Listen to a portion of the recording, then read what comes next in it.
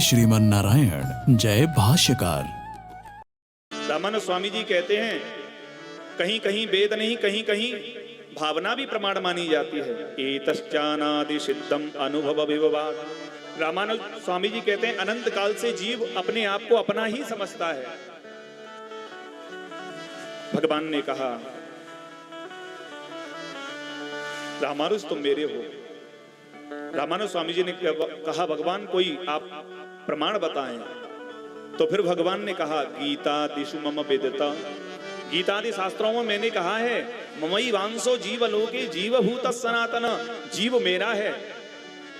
रामानंद स्वामी जी ने कहा गीता को तो आपने ही तो गाया है, या स्वयं पद्मनाभस्य मुखपद्मा विनिश्रिता, और अपनी ही बात अपने लिए प्रमाण नहीं मनाई जाती, इसीलिए कोई आप और बताओ प्रमाण।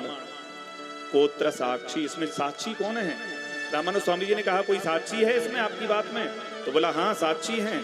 सुधी स्यात्, बोले जो अच्छी बुद्धि वाले मेरे भक्त हैं वो इसमें प्रमाण हैं। तो रामानंद स्वामी जी ने कहा वो प्रमाण नहीं माने जाएंगे। क्यों? गीता दिशु मम विदता गोत्र साक्षी सुधी स्यात्। क्यों?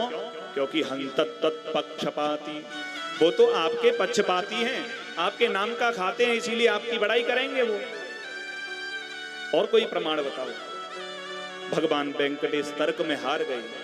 उस समय वेंकटेश भगवान का अभिषेक चल रहा था और वेंकटेश भगवान ने कहा रामानुज मेरे गले में ये तुलसी की हरी हरी माला है, पंचामृत से मेरा अभिषेक हो रहा है, मेरे हृदय में हरिद्रा लगी हुई है।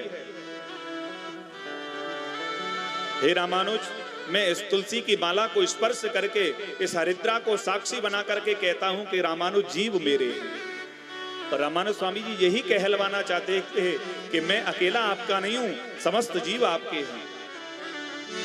जब इतना कहा तो रामानंद स्वामी जी ने कहा प्रभु मैं यही सुनना चाहता था। उसी समय रामानंद स्वामी जी ने साष्टांग लगाई महाराज, और भगवान ने कहा रामानुज मैं प्रसन्न हूं, तुम मुझसे कुछ मांग लो। रामानंद स्वामी जी ने कहा भगवान यदि देना चाहते हो तो अस्मत् संबंधी संबंध चरमावधिर यावत, मेरा कोई संबंधी मुझ रामानुज को अपना माने, वो मुझसे संबंध जोड़ ले, तो आप उसके कभी अपराधों को मत देखना और बिना अपराध देखे हुए आप अपने धाम में उसको ले लेना।